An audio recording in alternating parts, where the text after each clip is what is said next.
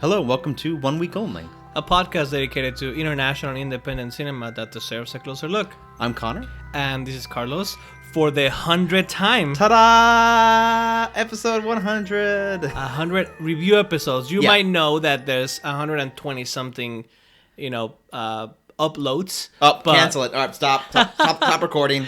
We lied. But 20 something of those are interviews or episodes about awards, mostly interviews. Yeah. But the review episodes, this is our 100th review episode. We've watched over 400 films over 2 years. It just sounds like so many when you say it all together. Over an average of 4 films per week. Some weeks, the first year we were doing sometimes 7 films. Yeah. I think there was a week that we did 8 films. And one time. And I remember this because I make the images for the podcast, so sometimes it became impossible to fit all the films. Like an eyeball. Even got like a half a face. Yeah, you could see barely anything in those slices of an image.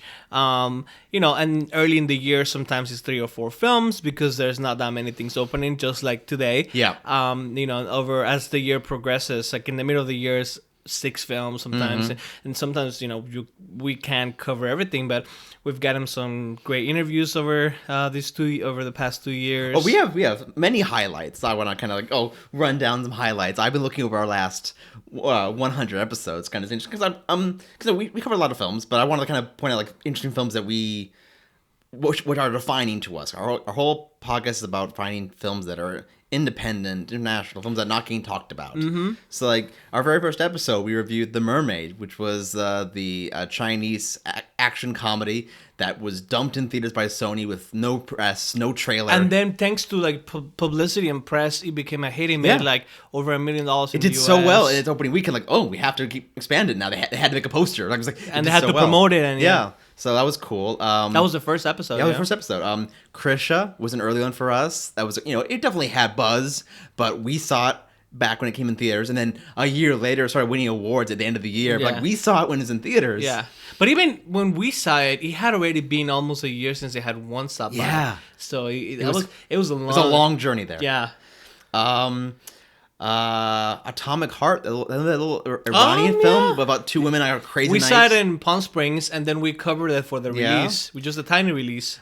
Victoria was the same episode. Victoria, the film that almost got you banned from Bulgaria. Yeah, I'm a public enemy in Bulgaria. Presenting Princess Shaw. That was a really nice film. That was a nice film. Really nice little indie documentary. We had Michel Gondry as an interview. We had an interview. I don't think we've ever said this on the podcast, but that was a tragic day. Oh, yeah. We interviewed Michel Gondry twice because the first time we talked to him, the recorder didn't work. And you just imagine how mortified I was, and it was it shouldn't have happened. I should have been more prepared. I think after that I started recording with 2 devices. Yeah. That was the defining moment that it was just because imagine he's a big name. He's Michel Gondry. I've never spoken to him before. This was for gasoline and microbit gasoline. Gasoline, and so I am so incredibly thankful that he gave us another interview. So that was great. The Home Front was a really cool indie film we saw, Dance with Films, that no one else talked about. Oh, yeah. We still don't know if it's going to come out. I think they have a short film at South at Slam Dance. They had another one at South by too. They have a music video at South by, so that's really cool. Yeah. Really, hopefully this will be seen, their feature film. And I know they're working on another feature film. Yeah. Secrets. But Home Front, we saw their first film way back in the day. Embers, a sweet Slam Dance film. We interviewed the director, Claire Carré. That was a week at the ArcLight. Yeah. Apologies for that. We got we got cell phones here. We're using cell phones. No. Oh, I'm so sorry. Child of a Leader, Brady Corbett, another time. But that was for Movie Maker. Right. That interview didn't end up. People are gonna think that I'm the worst fucking journalist. It was 2 years ago. It's fine. It's 2 years ago. It's so long ago. It has happened to the best of us. Yeah, he was also. I actually, you know what? Now that you mention it, I just learned. So at Sundance this year, I was about to interview Reynaldo Grin, the director of Monsters and Men. Ronaldo Marcus Green, and the publicist working on that film at Sundance had also been the publicist on Childhood of a Leader. So, but I think I hadn't seen her. I don't know if she's New York based, but I think I hadn't seen her in person for a long time. So when we met, she was like, "Yeah, we always talked about your amazing piece on the Childhood of a Leader," and we talked about how he gave me a second interview, and she was like, she said, and I'm gonna take her word for it. She said that when they told him that my interview had been deleted and that if he would do it again, that he said that he really liked my questions a lot and that's why he did it again. Wow. So, wow. Who knows if she was just appeasing me or making me feel better? But if he seemed like a super nice guy, so and he gave me like even more time the second time around. Right. So crazy. What thing we got here? Chronic, small little film. It got nominated for Spirit Award. A ton of Spirit Awards. We saw it first. Michelle Franco, yeah. Spa Night, really good drama from Sundance. We saw. Well, we didn't see Chronic first. That had one can already. I know, and it but took like a long time. No one was talking about it when for theatrical. sure. As I'm saying, you're right. Yeah. There we go. Diana Drum, our friend in New York, was on as a guest way back in the day. Diana, who is behind the Female Film Critics account on Twitter, so you definitely should follow. And she's at the Quad because the Quad is. Oh yeah, she works at the Quad now. Yeah. What else we got here? Charlie, my friend Charlie Nash was on an episode last year, I think. Yeah, that was too. He's part of the Boston Online Film Critics Society. That was a fun episode to talk to him. We got Stray, remember that tiny little film that opened in Minneapolis? We went to a museum. Yeah, about the Smalley Museum in Minneapolis. Yeah. Film Hawk, a documentary about Bob Hawk. We talked to the directors, yeah. And then I was I got to meet him at Sundance because I after seeing him at film, I knew his voice. Wasn't I coming out of like Call By Your Name? When yeah. He was there too. He was, and I heard his voice. Like, that's Bob Hawk, and I got a picture with him. I was very happy. We Are the Flesh was a really cool, horror film. Yeah. Olga Hetnerova. That was totally strange, but really good. Metamorphosis. We saw that in LA. We missed the link, but we saw it in theaters, and we have to talk about this. Yeah. The Student, which is now still in the news. It's now. I think Bilga Aviri from the Village Boys just published a review of it because he just saw it on iTunes VOD. now. Yeah. Which is, that film came out last year, and it's devastating. Yep. So I'm glad that now in the VOD people are taking notice because the director has been arrested in Russia. Yep. Violet was really interesting. Last Minute Aleppo, now known for an Oscar. You talked to the director. That was a crazy conversation. The Man from Earth, we saw the sequel at Dance of the Films. I got to talk to the director. It was really fun because I'm a big fan of the original. Free Indeed, nobody's watching. Oh yeah, Free Indeed, that was good. That was really good. Nominated for Spirit Awards and then small theatrical for sure. Hussein Abre, which opened only for 1 week at the MoMA. That film by the Chadian filmmaker. It's been a crazy journey. Window Horses, Animationist film Flesh and Blood, Felicite, A Gray State.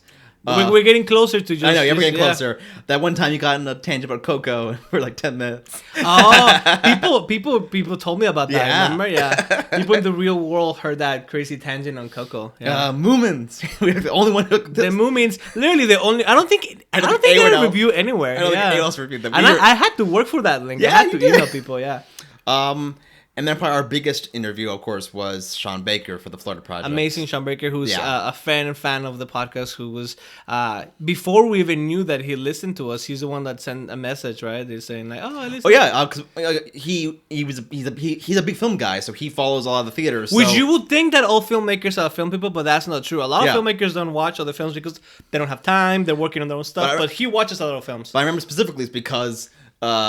Untamed. He saw the Untamed, and someone had shared our review, and he commented, "Oh, I really like this review. I love your podcast," and that's got us the interview. So thank you, Sean Baker. We met him in person once, very briefly, very quickly. He's very nice. AFI, congrats to him, and we wish it had been nominated for more Oscars. But it's a great film nonetheless. We also, throughout this whole thing, we made the Isabelle Huppert tribute video, which has 25,000 views, which for some people might not be crazy, but for us that's a lot. It's really cool.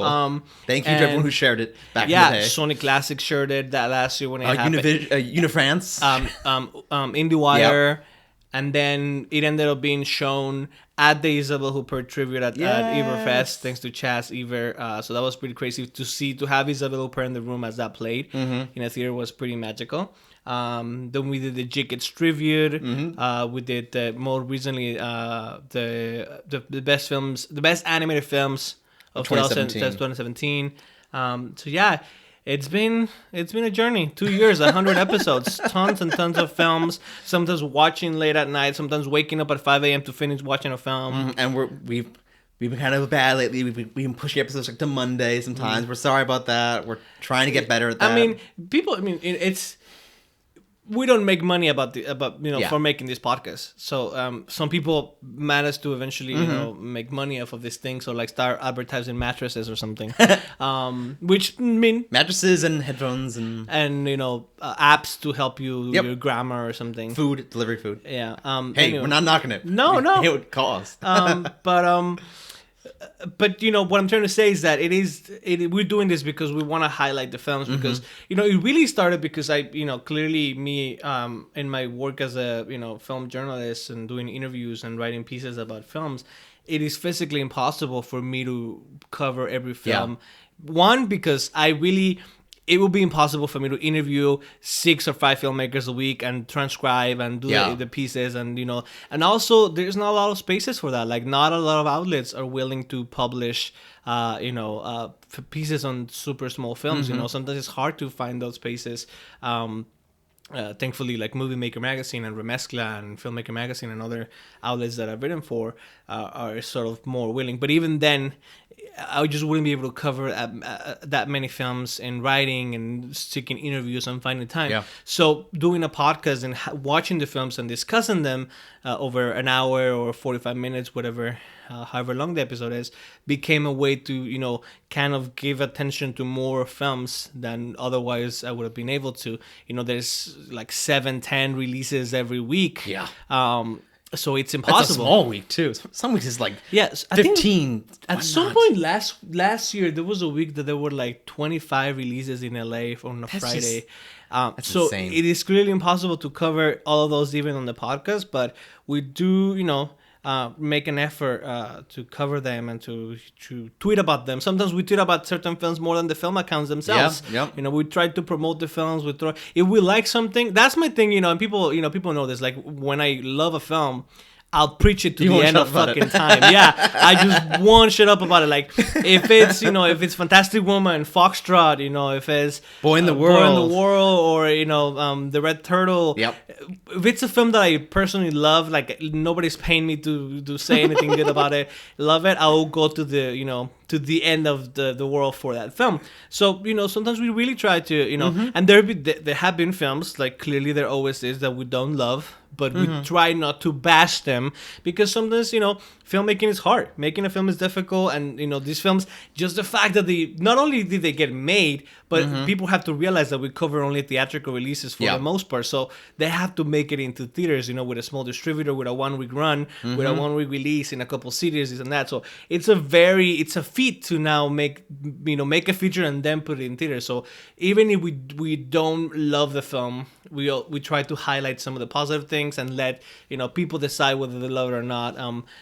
Because it would be a disservice to start kind of like bash the small films. Because our goal is highlighting. Our goal is is bringing attention. That's our goal. Yeah, we won't shy away to say when something is not perfect. Like in this episode, we'll do that at some point. Yeah, we'll talk about these films.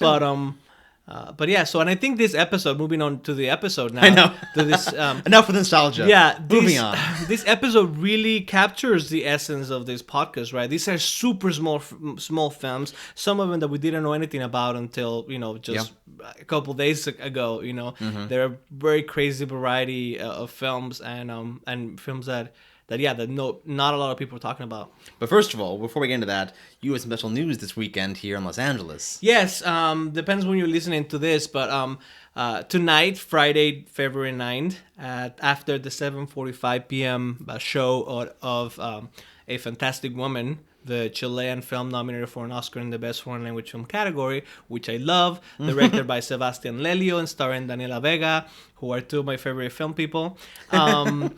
It's playing at the ArcLight tonight And after the 7:45 p.m. show, I'll be doing a Q&A with director Sebastian Lelio, who is lovely and always has great answers. And tomorrow, Saturday, February 10, I'll be doing another Q&A with him at the Landmark after the 2 p.m. show. So one in Hollywood and one in West LA. So if you haven't seen the film, if you want to see it again, if you want to hear from Sebastian Lelio, I'll try to, ask him some interesting questions and not ruin it. So who knows if I will or not. You gotta be there to see it. So, and even if you can't make it to any of this, or if you don't want to see my face doing a Q&A, go see the film. It's playing there now. Yeah, go see the film. It's playing a couple Lemleys too now. Yeah, and also of course in New York as well. And also one other thing is In the Intense Now, the documentary we did last week, got held over for a second week at the Film Forum. So if you missed it last week... Fantastic documentary. Yeah, really interesting documentary about the 60s and political evil, specifically the student uprising in 68 in Paris in 68. So if you're interested in that and you missed it, it's still playing in New York at the Film Forum. Great. So, but now, on to our real episode. Yes. What do we got? Our first film for this week is 24 Frames, the final film by Iranian master Abbas Kiarostami, being released by Janos Films. So you know this is going to be Criterion. Yeah. And it had a posthumous premiere at the Cannes Film Festival last year, and it's finally coming to cinemas. And It opened last week. it opened last week at the Lincoln Center. And it's still playing there. Yeah. So a 2-week release, and then it'll expand. Yeah. It's also playing in Chicago. And what is this film? I was fascinated by it just because it's, it really takes someone like Kiarostami to make a film like this, that it really defies form, and it's almost experimental. You could say that it's an experimental film that's focusing on on the image, right? On the meaning of a still image or even a moving image. It's so partial, it's so selection, it's so manipulated. Meaning you take a photo of something and you only know what happened in that second, but you don't know what happened before or after. And he takes this premise using photographs and sometimes paintings at the beginning, and I'm trying to formulate how to explain this. And he superimposes different layers, some of them with movement and some of them creating different things based on that initial photograph. Yeah. So, for example, it's divided in 24 frames, as the title... Like 4 minutes each, sort of, yeah. As the title, Suggests. So, the first frame, it's a painting. And on top of that painting, there's digitally or added. It's like augmented. Augmented, yeah. So yeah. It's I don't know why I'm having so much trouble. So it's a painting, and then you see movement in it. So if there's a bird, so the birds start moving, and some of the things in the frame are still static. Yeah. And then there's smoke coming out of the chimneys that are painted, and then there's a dog roaming around. So it's like superimposing movement and reality on top of a still image. That's what it is.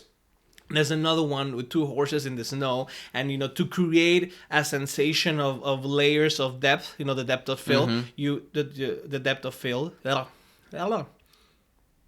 To create a sensation of layers and give it depth, he throws in snow. So you have the snow. You have a window that comes down. I love from the window, car. because the photo, you don't know where he took it, but I love the idea that by doing this, we realized, he was driving. He just stopped the car, rolled down the window, and took a photo of these horses, and then kept driving. And this horse in the snow, and there's a Spanish language song playing, and you see the horses roaming around and whatnot. A lot of the frames in the film are so pastoral, animals in landscapes, cows or horses or deer. Yeah. There's one that's I don't remember what frame number it is, but there's one in which the animal that we see in this frame, it's not a spoiler, but an animal dies, There's a shot, we hear a gunshot. and it's one of them dies on screen. I don't know if you were thinking of the same one. Oh, different ones, sorry, one of them dies on screen. But what's interesting to me is that clearly when he took the photo,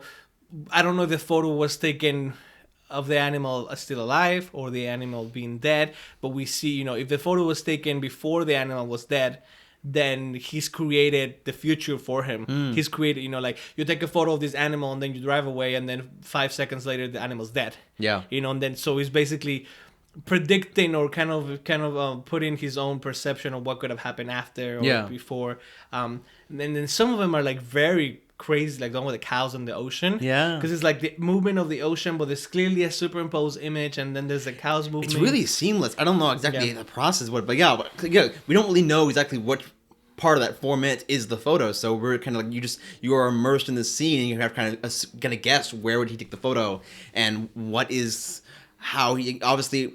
If he took a photo of an animal, he had to kind of recreate the animal as a digital character or superimpose it with a real animal. Or shoot animals in real life. And then merge them together with the photo. It is fascinating because it is like this. It's using obviously digital effects and sort of a non-linear, completely no linear story to create a meditation on moments of time. Like the film starts with a quote by him, like a photo is just a moment of time. It's a frame of time, and what does it mean to kind of look beyond that, or before that, or after that? And so it's fascinating because it's just 24 little scenes. That's all it is. Yeah, but you don't know.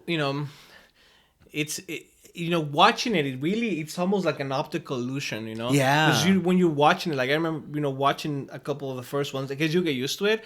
But some of them are just like I didn't know. Am I watching animation? Am I watching a still photo being manipulated somehow with movement, or was this actual footage of cows and animals that he's superimposing this and blended? Yeah. Just the way that some things pop out to the eye differently. Like you could see the layers sort of, but you're not sure what the layer really is. Which thing in this frame is it's superimposed? Which was the starting point? Did he take a photo of the ocean and then he used footage of the ocean to animate it and then added the cows? Or did he take a photo of a cow in a prairie and then set it in an ocean? So it's like all the construction that goes into each frame to tell just a brief moment in time. It's fascinating and hard to define because it's really kind of pushing forward the medium in a strange way. Like I don't know if Godard probably loves this. It feels very It feels like something that Godard would love, because it's really pushing the medium, not in a narrative way, but in a way, in form and in kind of like exploring time and movement in a peculiar way. It almost reminded me in some ways like Camera Person, one of our favorite documentaries a few years ago about where it's like scenes from different parts of the world, different film shoots. So it's like halfway between that and a Godard film, sort of like it's like same kind of like it's sort of like it's a sort of documentary that's sort of scene by scene. It's a little more experimental, kind of like Godard directed that. Yeah, like, it reminded right me. in the middle. It reminded me in his boldness to Goodbye to Language. Oh yeah, exactly. Yeah. So like that. Although Goodbye to Language also has a lot of like optical illusions and things that are marvelous, But I feel like it's kind of like this optical trick that it's kind of making you question what was the starting point, what was the photo, what is the creation, what is the beginning or the end, and how do we see a photo right now. You see a selfie. On Instagram, but you don't know that maybe that person right after that got in an accident, or right after that, or was that like the 27th photo they took and they chose the best one? It's only a moment. So what does that mean to think about the actual what was happening, the process or the after before? That's why I think that one of the greatest examples in this film is the death of this animal on screen, because if you see a photo of him just standing there, you leave and you don't think what's happening to the animal, but then a few minutes later it's dead. So it's like it's very it's a thing to see and examine and admire. And if you're up, I almost tried seeing it in theaters. Like we had to watch it in link, unfortunately, but like it only like you would appreciate being able to sit there and immerse yourself. I'll try to do that because they will screen it again for press when it opens in Los Angeles. There was a press screening in LA that I missed because it was the same day I was coming back from Sundance. But yeah, I definitely want to see this on the big screen because I feel like that's how you will be able to appreciate fully every detail in this. If it was so impressive, watching it on a link. I'm sure that watching on the big screen will be a more intense and interesting experience. So, definitely. So we'll report back once we've seen it again on a bigger screen. Yes. But yeah, for now. You can see it. You could see it in New York. at the Film Society of Lincoln Center. It's playing there for its second week, and it's just open at the Gene Siskel Film Center in Chicago. So That's really great. and I think in New York, the Abbas Kiarostami's son was doing Q&As. Yeah, he was. So That's really cool. yeah. All right. Moving on to our next film, we have Bomb City, which is from Gravitas Ventures, directed by Jameson Brooks, and starring Dave Davis, Logan Huffman, Lorelai Linklater, and Luke Shelton. I was curious. I'd seen a quote by Richard Linklater. Oh, he loved the film. Like, that's how I saw it. His daughter's in it. Yeah. I didn't know that. I guess it might be one of her first films since Boyhood. But it's also a very Texan story, so I understand why Linklater is interested in it. Who is she in the film? I think she's the girlfriend of the main character. Okay, got it. I believe that's right. Sorry if I'm wrong, but I believe it's her. But the film is it's based on a true story about a small town in Texas in the late 90s. Amarillo, Texas. Amarillo, Texas, where there was a community of kind of these punk kids. Punk was a movement kind of coming into its own in the 90s, and there's a group of guys who have kind of created their own little kind of commune. They live in they're kind of squatty in a house outside of town. Well, they pay rent. But like outside town on their own. Even though they have family in town, they're living together in this space, and they have bands who come through town, and they put them up and they perform.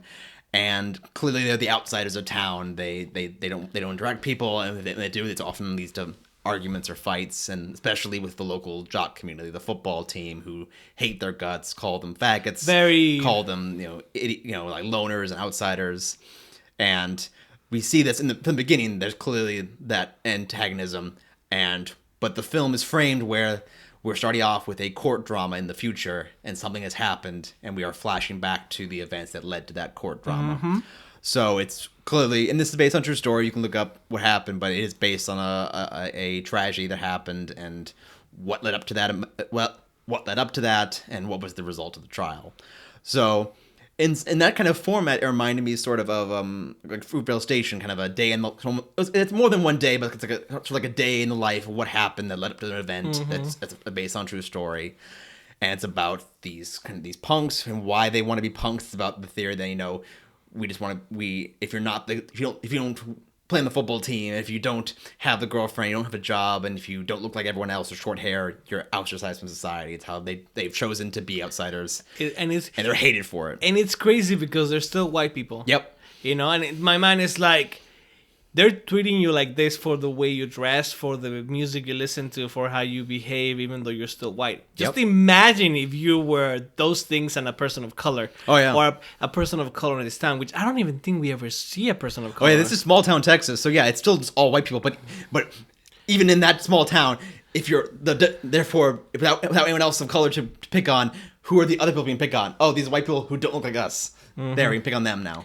Yeah, and I mean, in the film becomes the thing about, who is the bad guy, Is the bad guy, basically judging people by the way you dress or by your previous or engagements. It's sort of like, we've been recently talking, this is as one of the very few times that TV will come into this podcast, because I don't really watch a lot of TV. But American Vandal, Sure. It's kind of that idea of like, if you've seen American Vandal, which is a show that I really like from Netflix.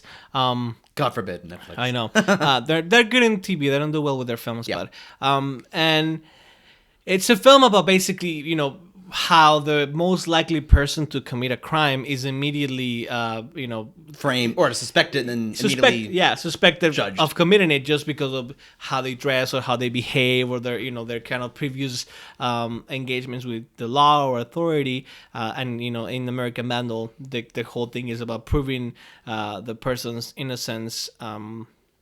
Based on facts and not just on how they look, right?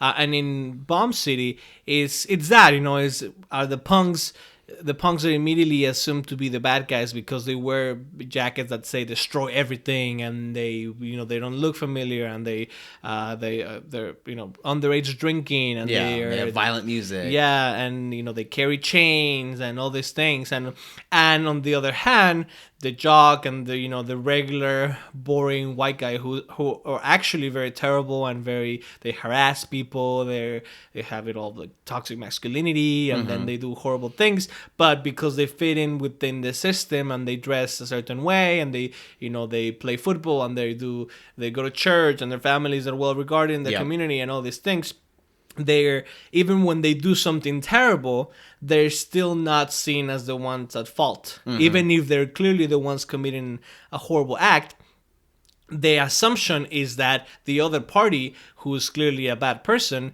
pushed them to the edge or forced them to do something bad, rather than being judged by what they did actually. Self-defense. Like, clearly, look at this guy. He's terrifying. Yeah. I had to do this. Yeah. It's like, how I'm such a innocent person, and I needed to protect myself because it's crazy punks. So I think that's interesting. I think it's beautifully shot. It's really the director and the cinematographer have a great eye for capturing certain moments and using the light and a lot of this. It's a night, really, about like the night, neon, or like street lamps and like and nighttime dancing and partying. They really seem to be enamored with lens flare, but it works. It's a very recurrent kind of visual thing in the film. This lens flare and kind of it almost feels Terrence Malick at times. The way that things are shot in slow motion and super a lot of slow motion, hyper. The beauty is very pushed to the forefront, the light and the sun. Yeah, it's interesting. It's a film about, like, obviously it's a film about punks, which you think of very kind of ragged and like neo-realism kind of, but actually the film is more of a kind of a more stylized and visually impressive film. You would expect to be more handheld and rough around the edges, but actually the film, maybe because it is a period drama based on a true event, they approached it more in a more visually stylistic way. There's like a beeper or something, right? Or like a pager or something at the table. One of the jocks at the table, he brings out a little device that I think it was a beeper. It's late 90s. In 97, I guess it was a beeper. So they kind of like to put on time. So now, I think it's a great effort. I think a lot of things in the film work, but I did get the sense that sometimes in particular sequences, the acting was a little bit over the top. There were some moments that the film didn't fully work for me in terms of the acting. I think all of the actors have great moments and great scenes when they're kind of more subdued and played down. I get it that sometimes, the situations that we've seen in the film are, high stakes or violent, or they're going against people, or people getting, it's fights, there's police brutality, there's a lot of things, Particularly the scene with the police didn't fully work for me. I wasn't sure, I wasn't sure how to take that scene because the police feel a little too... I just feel like it wasn't grounded in a lot of things. It's very heightened. Yeah. So the acting there fell a little over the top for me. And the courtroom's also very heightened. It's very... get it, once again, it's making a point. It's really... it's selling this for all it's worth, this story and these events and the themes of the story, which at times is a little too much, but it is an important story. So, like, of course, it is an important story. I just feel like there's definitely promise and a lot of talent in the filmmaking here. It's very impressive to have that cast and to tell a period piece and to do it beautiful visually, and it's a screenplay that is like in the past and the present. So there's a lot of greatly achieved things in this film. I just feel like something to improve. It's sort of like, the kind of more nuanced acting, kind of be more, less, resorting less on the kind of theatrical or big acting, and perhaps be more subdued. Clearly, I guess, like I said, some of these characters have to behave, more extremely, but even at those moments, he felt a little... unbalanced, maybe. Unbalanced, and I didn't fully believe some of the acting at times, which is a problem. But... that doesn't take away all the other merits of the film. I like that it's a director from Texas who obviously he probably grew up with the story. He knew about it. Oh, of course. I think that's really great. It's nice that he's bringing attention to the story and making a film about it. Yeah, and I also would have liked to know more about the whole bomb city thing. It's mentioned briefly in the film that I guess nuclear weapons are kept nearby. So making the idea that the town was on edge. Right? It's a violent town by its inherited, because. We have narration of the film by Marilyn Manson talking about how, we talk about, punk rock, music is violent, but we idolize world wars. We idolize the American World War II or Civil War. That was clear to me. I just didn't know I just wasn't certain on why this town was called Bomb City. Sure. I kind of got the fact that maybe nuclear weapons were around. I think the characters mentioned it a couple times. Yeah. And and maybe for some people in the area or in Texas, this is a very well known fact. I just had never heard of the town being called Bomb City or Amarillo being referenced to that, and then maybe that's just my ignorance. Hey, maybe that's the thing that everyone in Texas is very. Yeah, maybe yeah. it is. Yeah. I just felt like because it's the title of the film, I would have liked to seen a little more reference, and especially because it's definitely something that ties into the idea of the violence. Yeah. You know, They did. They were born to be violent. Almost. yeah. That this town is on edge because it could disappear in a second. So, Yeah. But yeah, it's an impressive film. And it's also the character that kind of straight up appropriates African American culture. Oh yeah, that's Logan Huffman, who was in who played a similar character in Rock City. Yeah, I'm Road not saying the Slam. actor, but the character. Oh, the character. Yeah. Which But- I wonder that came from actual, from actual court records. I know, of the guy, of the real life guy or whatnot, because he's wearing, the cornrows and he's listening to rap and he's definitely, has this. He's trying persona that is trying to take on African American rappers or something like that. So appropriating that. So that's. But he's very good. He has a certain type, but he's very good at that type of kind of this over masculine jock. Good job. He's found his niche in acting. So yeah. But yeah, this is a really impressive debut, and it's won some awards at the Dallas International Film Festival, and now it's opening here in LA at the Arena Cine Lounge, but it's also opening throughout Texas this weekend as well. So it's really great that many other cities. Yeah, so actually I'm glad it's playing in Amarillo. Like so I'm glad it's a film that Texans will see and Texan audiences will know and will understand their history better. I don't understand Texas. I've never been to Texas. I have family that lived there for a long time, but it's just. Yeah, I feel like maybe one day I'll take, a month to discover Texas and really, to me it's fascinating. Texas is fascinating besides, like white people being horrible to other white people. Yeah. But they've always been kind of on the fence about what they are.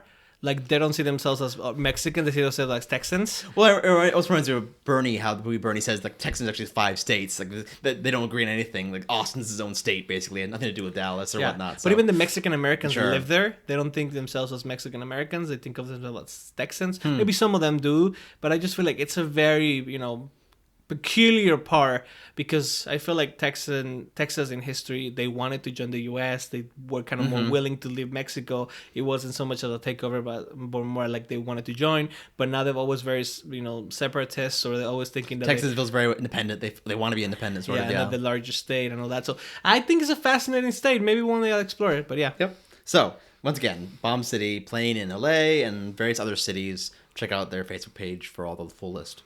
Yeah. But now, our key film of the week. Biggest surprise. Yes. Pleasant surprise, an imperfect pleasant surprise. I fell for it. I mean, I don't know if everyone else loved it, but I really fell for it. It was just sort of like... I say, if you want to hear, the film's called Fake Blood, and if you don't want to know anything about it, just go see it. Because we have to talk about the whole thing. Yeah, we won't spoil it, but we'll be discussing points that might, that you might not want to hear before watching it. Yeah. Or renting it on VOD or whatnot. It's playing on VOD and it's also in theaters. So Fake Blood, directed by Rob Grant and Mike Kovac, or starring Rob Grant and Mike Kovac. Yeah.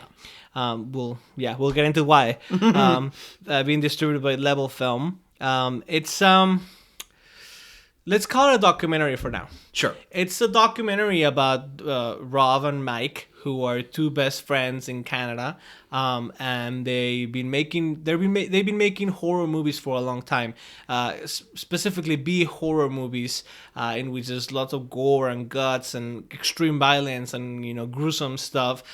Some of them more believable than others. It's very B horror, crazy, over the top. Guts splurging everywhere or whatnot. So that's what they do. They've had a couple features play at Genre Fest. They had, they have a substantial fan base. People that send them emails or people that have seen, they discover them film on iTunes or VOD or whatnot. I think Rob has an actual career as an editor. He's edited like big blockbuster films. I think like War for the Planet of the Apes. So he's had an actual career in Hollywood in major productions, but as an editor.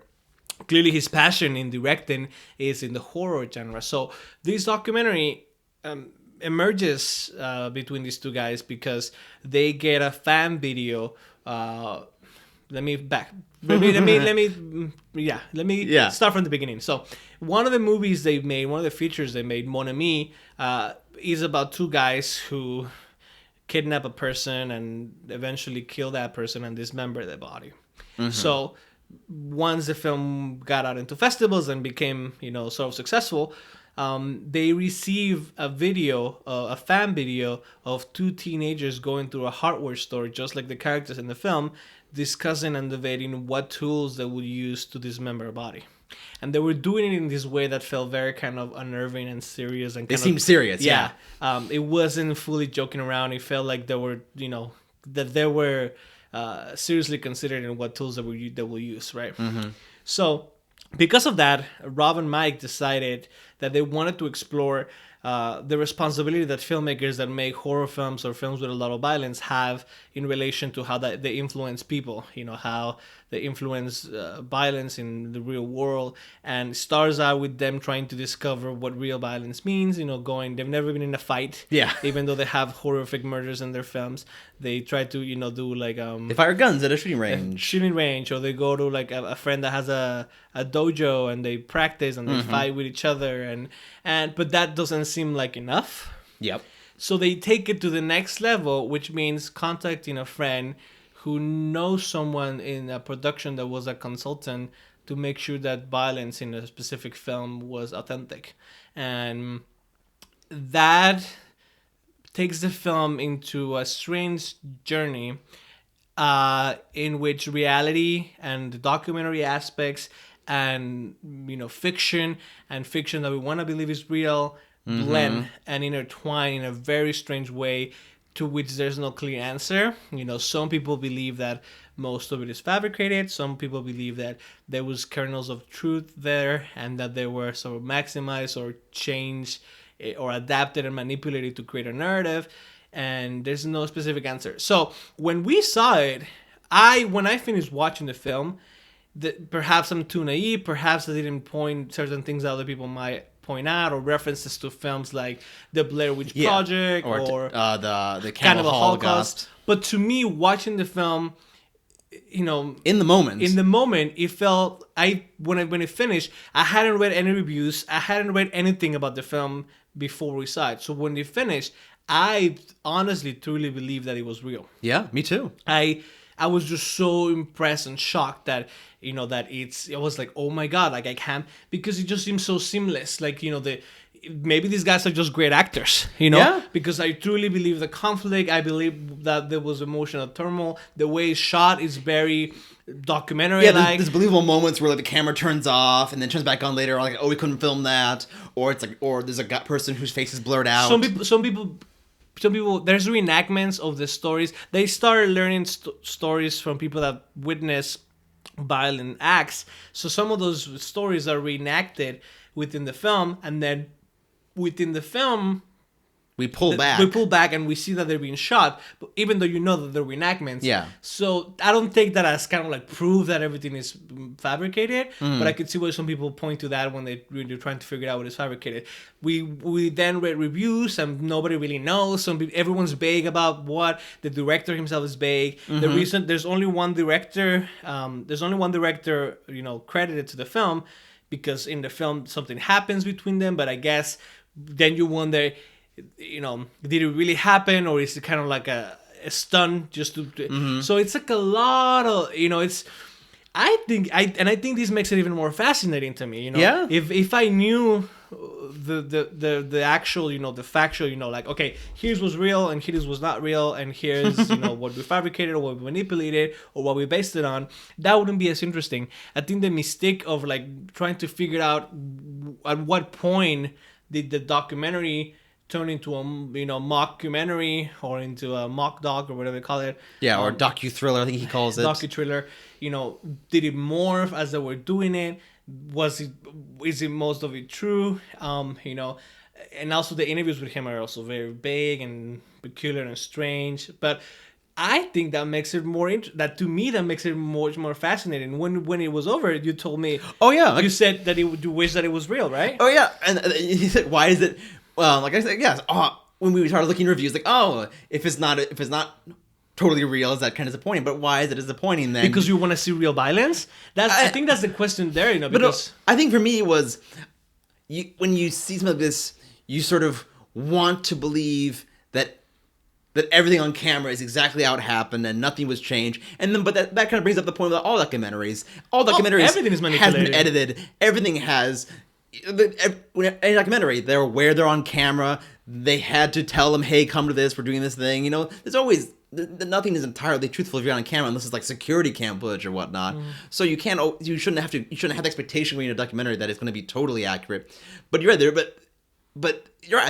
I think thinking about it now, it is more interesting to think that even if these things, if it isn't entirely fact, I could not tell. I could not see the seams. So for me, I was caught up in it, and the fact that I couldn't tell if there were any changes or manipulations. That's very impressive. That even if they did change things, these are two real guys who. One of them is an actor. Mike is a professional actor, but Rob is not really an actor at all. And they're so convincing as themselves that I totally believed everything they said in the film felt like them. Even when we were so annoyed at them, my points were like so annoyed. Why are you doing this? But it was never like I didn't believe them. It's just them as people. I just thought, oh my god, you're being a bad person. You're making a bad decision. Yeah, but I guess if you go back and watch it again and you start piecing, maybe you'll find an acting moment here and there that doesn't work. But to me, at that moment, I was like you said, I was so enveloped or in the story. And what I like about the story, whether it was true or fabricated, is the fact that they are very self-critical. They talk about how they grew up in the suburbs, how they grew up in privilege, how they don't have real life experience of violence or being in danger because they grew up in privilege because they're two white guys in Canadian suburbs, And he thinks of himself as an idiot at times when he does things because for the sake of getting better footage than putting the footage in before people, right? So I think, and it's fascinating to me to think that perhaps we really wish that everything was real because for some reason that will make it more interesting, and that kind of makes me question myself and like, is it because I want real violence? If it's not real, it doesn't affect me the same. Like, what does it say about me? I mean, not wanting fake violence, but wanting something horrifically to happen for real in order for this to work for me, right? But as long as it's not happening to me, it's happening to them. I want to see someone else have to deal with real violence as long as it won't affect me. Yeah. which implies the idea, like, why in a lot of, they talk about in Hollywood films, there's more and more violence in films. Like, is that what we want in our blockbuster? We want more violence? Because people are desensitized and nothing really, So I also think the title is incredibly perfect. Yeah. I think, Fake Blood. And again, it's like, is it real? Is it not? I will say watch it, but I was very impressed because it really made me, not knowing anything. I was like in for it, and I was like, I'm here for this, and I believe you. And that's another thing, we trust filmmakers, we trust the genre. If you tell me this is a documentary, I believe you, and I take this as truth and as fact, So when that's questioned, it becomes murky, and I think that whether that was intention or not, I think that makes the film much more interesting for me. It also reminded me a lot. I remember the Dirties. Yeah, Dirties obviously always present themselves. But you could see the seams in that. More. Yeah, I mean, always present themselves in there. They don't try to pretend it was a documentary. They always present that. But there's some scenes in there, but it is overall incredibly immersive, and we totally buy these are high schoolers making this film, and the things that happen to them feels totally natural. But the thing with Fake Blood is that I do actually believe that some of the footage is real. Oh yeah, I think that there's a lot of reality there. I'm sure that I don't know where the manipulation was, or like I said, I don't know if at what point, or if it morphed, or if it was always planned to be that way, or if there was something that changed, or how. But I do think that there's things in there that are real. Mm-hmm. And I don't know to what extent they're pushing it to play with that. And I wonder, maybe, are they going to wait like a year? Maybe in 5 years, okay, here's the tell-all. This is where we changed. This is what happened. Yeah. Because I bet it's fun in some ways for them to not tell anyone and see what the reactions are without saying anything very clearly. But that's also a very long... They're playing the long game here, Yeah, yeah. Because even Blair Witch Project, sure, the early previews were like, oh, this is totally real. But once the film came to theaters, okay, yeah, this is a movie. Yeah, but with this one, I'm still wondering, where did the line, where does it blur, right? Yeah. So, this film, Fake Blood, it's really a hidden tiny, film that's that's coming out in a small release. It's playing in LA at the Lemley Monaco Film Center, and it's also available on VOD, and it'll hopefully go around the country. And if you're in Toronto, it's also in Toronto because it's a Canadian film. Yeah, it's a Canadian film. So, I'm a big fan of this film. Yeah. I don't know if some people will hate it or like it or not, but I really enjoyed it. I'm in for this. And, this is exactly what One Week Only was founded for. These small films that deserve more attention. Yeah, so it all comes back. Definitely, this episode is super tiny film, so it lives up to the...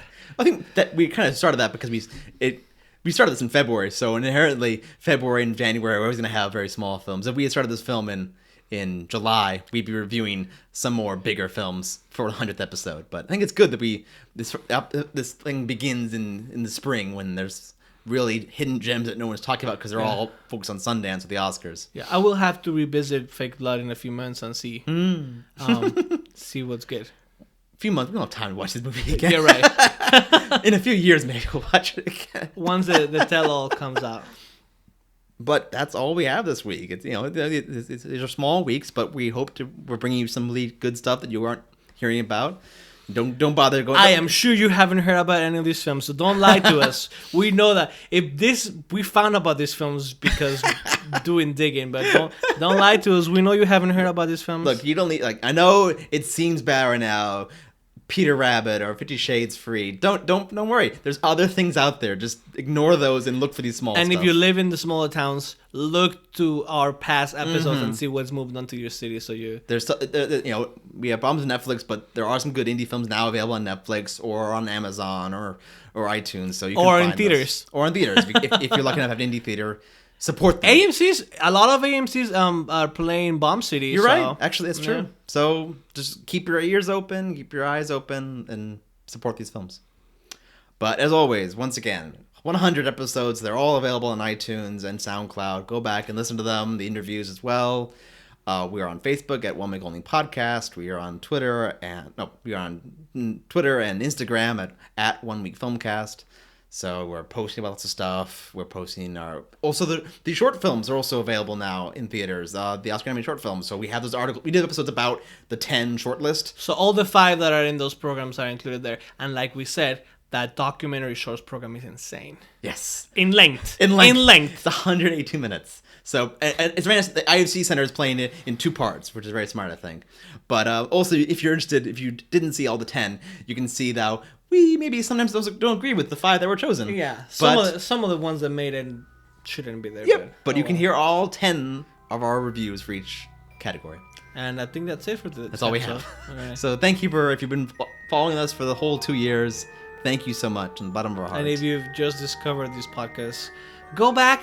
Maybe not all the way back because we were terrible at first. But we got them better. I promise you, we got them better. There was much more alcohol involved before because we used to record late at night. We did. So there was more alcohol. There's some funny episodes back then. Involved before, yeah. But until next episode, 101, I'm Conor. This is Carlos. Thank you for listening.